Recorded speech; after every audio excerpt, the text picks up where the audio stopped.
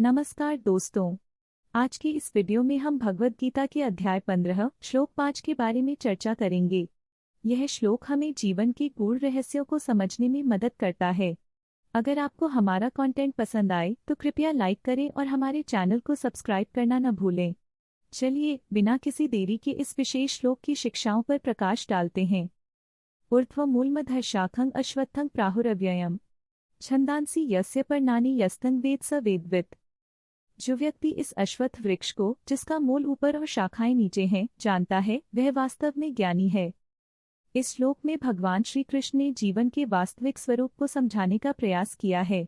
अश्वत्थ वृक्ष को इस संसार का प्रतीक माना गया है।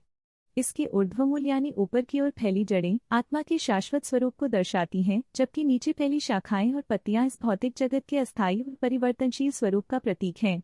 जो व्यक्ति इस वृक्ष को पहचानता है वह जीवन के वास्तविक अर्थ को समझता है। यह ज्ञान हमें सिखाता है कि हमें अस्थायी चीजों के पीछे नहीं भागना चाहिए, बल्कि आत्मा के शाश्वत स्वरूप को पहचानना चाहिए। एक समय की बात है, एक छोटे से गांव में एक युवा किसान अर्जुन अपने परिवार के साथ रहता था।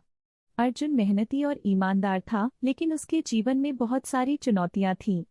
एक दिन गांव में एक बड़ा तूफान आया जिसने उसकी फसल को बर्बाद कर दिया। अर्जुन चिंतित था, अब मैं क्या करूंगा?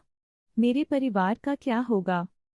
उसकी माँ ने उसे समझाया, बेटा, तूफान तो आएंगे, पर हमें अपने अस्तित्व और आत्मा की शक्ति को पहचानना होगा।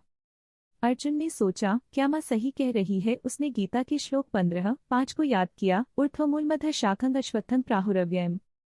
उसने समझा कि जीवन में कठिनाइयां अस्थायी हैं और उसे अपनी आत्मा की गहराई को समझना होगा। उसने अपने गांव वालों को एकत्र किया और कहा, हम एकजुट होकर नई फसल लगाने का प्रयास करेंगे।